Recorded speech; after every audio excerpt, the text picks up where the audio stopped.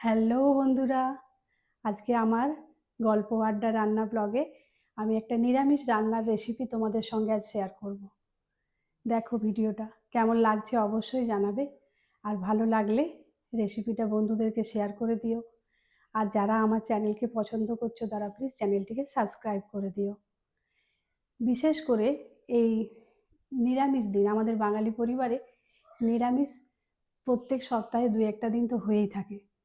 তো সেদিনে আমরা বুঝতে পারি না যে আমরা কেমন ধরনের রান্না করব।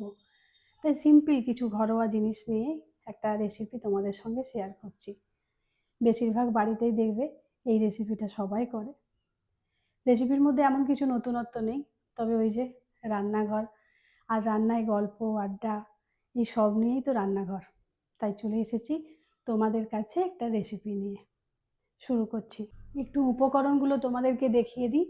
দেখো, এটা আমি সয়াবিন নিয়েছি, সঙ্গে আছে কিছু সবজি, যেমন আলু নিয়েছি, টমেটো নিয়েছি, আর মশলা হিসেবে ব্যবহার করব জিরে, আদা, লঙ্কা, একটু তেজপাতা, আর অবশ্যই নুন, হলুদ, একটু পাঁচফোড়ন, আর সামান্য চিনি। একদম ঘরোয়া পদ্ধতিতে সিম্পল একটা রান্না। আর অবশ্যই নিরামিষ রান্নার ফ্লেভারটা বাড়ানোর জন্য একটু গরম মশলা তো দিতেই হয়।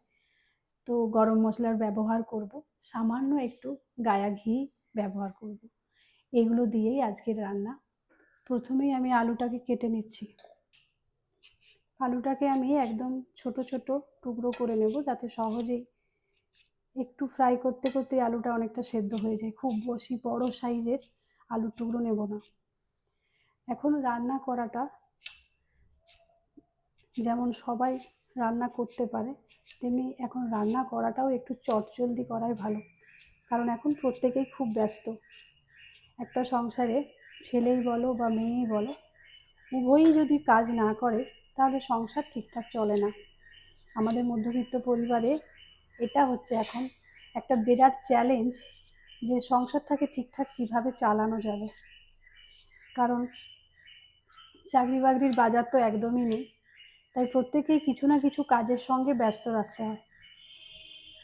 তাই দৈনন্দিন রান্না যেমন করতে হবে, সংসারকে ঠিকঠাক গুছিয়ে যেমন রাখতে হবে, তেমনি কিছু উপার্জনেরও চেষ্টা করতে হবে। আমার আজকের রেসিপিটা একদমই একটা চটজলদি রেসিপি, যেটা সবাই করতে পারে, ইভেন সবাই করেও। শুধু আমি বলে বলছি না, বেশিরভাগ বাড়িতেই সয়াবিনের তরকারি খেতে পছন্দ করে সবাই। আজকালকার বাচ্চারাও খুব পছন্দ করে। কথা বলতে বলতে দেখো আলুটা কমপ্লিট হয়ে গেছে কাটা।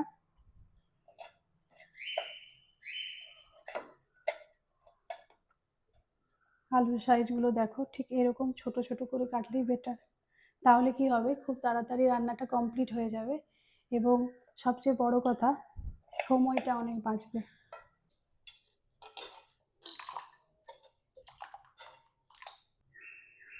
আলুগুলোকে ভালো করে চটকে চটকে তুলে নিলাম।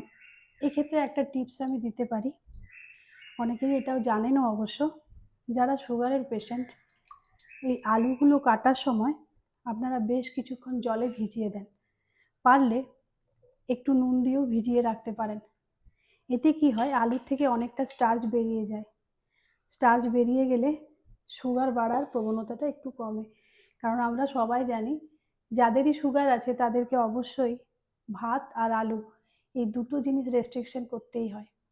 আমিও একজন সুগারের পেশেন্ট, তাই আলুটা খাবার সময় আমি কি করি, রান্নার আগে আলুটাকে কিছুক্ষণ নুন জলে ভিজিয়ে রাখি, তারপরে খুব করে চটকে চটকে আলুটা তুলে নিই। তাতে কি হয়, অনেকটা পরিমাণ স্টার্চ বেরিয়ে যায়। আরেকটা আপনাদেরকে আমি টিপস দিচ্ছি, বিশেষ করে যারা ভাত খেতে ভালোবাসেন।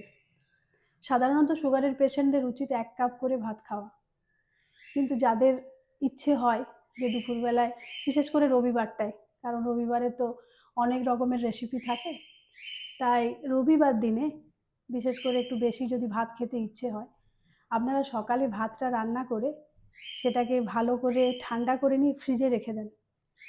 সেটাকে আপনি দুপুরবেলায় বের করে খান, তাহলে কি হবে, ভাতের যে গ্লাইসেমিক ইনডেক্স, সেই গ্লাইসেমিক ইনডেক্সটা অনেকটা পরিমাণ কমে যায়। তাই চাইলে আপনারা এই টিপসটা ফলো করতে পারেন। বা হয়তো আজকে রান্না করে ভাতটা রেখে দিলেন, কালকে খেলেন, ফ্রিজে রাখা রইল। অবশ্যই বের করার সময় একটু হালকা গরম করতে হবে, নইলে আপনি ভাতের কোনো টেস্টই পাবেন না। তো বা আপনারা এমনও করতে পারেন, সকালে বের করে রেখে দিলেন, দুপুরে খেলেন, তাহলে তো একবারে নরমাল টেম্পারেচারে চলে আসবে। তো সেক্ষেত্রে আপনি ভাত দুটো বেশিই খেতে পারেন, কোনো সমস্যা নেই। বাঙালি মানেই খাদ্যরসিক, আবার বাঙালি মানেই রকমারি রান্নার পদের বাহার। তো আজকে আমার রান্নাঘরেও একটা অতি সাধারণ কিন্তু খেতে দুর্দান্ত একটা রেসিপি আমি শেয়ার করছি। কড়াইতে তেল গরম করে আন্দাজ মতো চিনি, তেজপাতা, শুকনো লঙ্কা, 5 ফোড়ন আর একটু জিরে দিয়ে দিলাম। তেলটা গরম হয়ে গেলেই আমি আলুগুলোকে ভাজতে শুরু করেছি।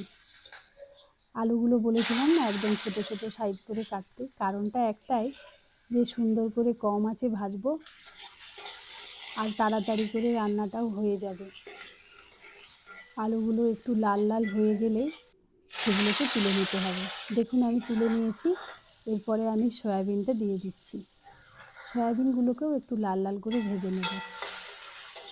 আরেকটা কথা, যখন আমি সয়াবিনগুলোকে ভিজিয়েছিলাম তখন আমি গরম জলে একটু নুন দিয়ে দিয়েছিলাম। দেখুন আমি রান্না করার সময় এখন কিন্তু কোনো নুন দিইনি। এরপরে জিরে, আদা আর লাল লাল কাঁচা লঙ্কা বেটে নিচ্ছি। এখন শিলনোড়াতে মশলা বাটার অভ্যেসটা অনেকেরই নেই, তবে মিক্সিতে মশলা বাটা আর শিলনোড়ায় বাটা দুটো মশলার মধ্যে টেস্টের কিন্তু বিস্তর ফারাক আছে। বাড়িতে ট্রাই করে দেখবেন। এদিকে দেখুন সয়াবিনগুলো ভাজা হয়ে গেছে, আমি ওইগুলোকেও তুলে নিচ্ছি। যে কোনো রান্নায় যদি কম আঁচে করেন দেখবেন রান্নার স্বাদটা অনেক গুণ বেশি থাকে।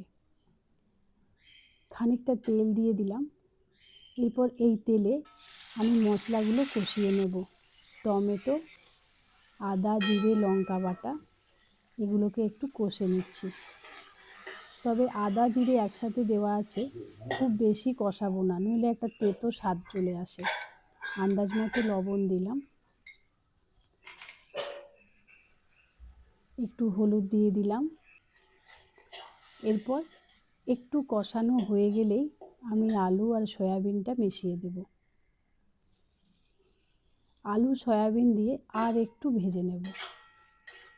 যত সুন্দর করে রান্নাটা যত্ন করে করা হবে রান্নার স্বাদও তত ভালো হবে। জল মিশিয়ে এরপর একটু ঢাকা দিয়ে আলুটাকে সেদ্ধ হতে দেব। কষতে গিয়ে আলুটা প্রায় সেদ্ধ হয়ে গেছে, খুব বেশি সময় লাগবে না। এই দেখুন অলমোস্ট কমপ্লিট। এরপর আমি দিয়ে দিচ্ছি গরম মশলার গুঁড়ো। গরম মশলার গুঁড়ো কিছুক্ষণ রান্নাটা হয়ে যাবার পরে দেওয়াটাই ভালো, তাতে স্বাদটা ভালো হয়। যদি আগে দেওয়া হয় তাহলে এই গরম মশলার গন্ধটা অনেকটা উবে যায়। আর আমি একটু ঘি দিয়ে দিয়েছি।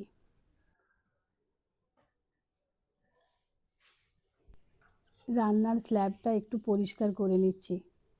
খাবারের পরে আর ইচ্ছে করে না রান্নার স্ল্যাব পরিষ্কার করতে, তাই এই সময়তেই করে নেওয়াটাই ভালো।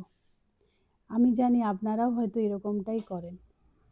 পেটে খাবার পড়লে আর ইচ্ছে হয় না রান্নাঘরে ঢুকি, তাই আগের থেকেই সব পরিষ্কারটা সেরে নিলাম। এদিকে আমার রান্নাটাও হয়ে গেছে।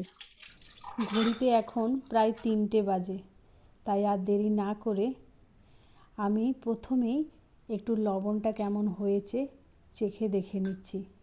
কারণ একটু না দেখে নিলে পরে যদি দেখো যে খাবারে নুন কম আছে, তুমি যতই চেষ্টা করো সেই সুন্দর স্বাদটা আর আনতে পারবে না। তাই একটু দেখে নেওয়াটাই বেটার। আর এবার গরম রুটির সাথে সয়াবিনের কারি আর সঙ্গে আচার, এটা দিয়েই আজকের মধ্যাহ্ন ভোজনটা শেষ করব। তাহলে কেমন লাগলো আমার রেসিপিটা অবশ্যই তোমরা কমেন্ট বক্সে জানাও। আর নিরামিষ দিনে এরকম সুন্দর একটা আইটেম বাড়িতে বানিয়ে ফেলো। বাচ্চাদের স্কুলের টিফিনেও তোমরা রুটি কিংবা পরোটার সঙ্গে এটা দিতে পারো। তাহলে দেখা হবে পরের ভিডিওতে। টাটা।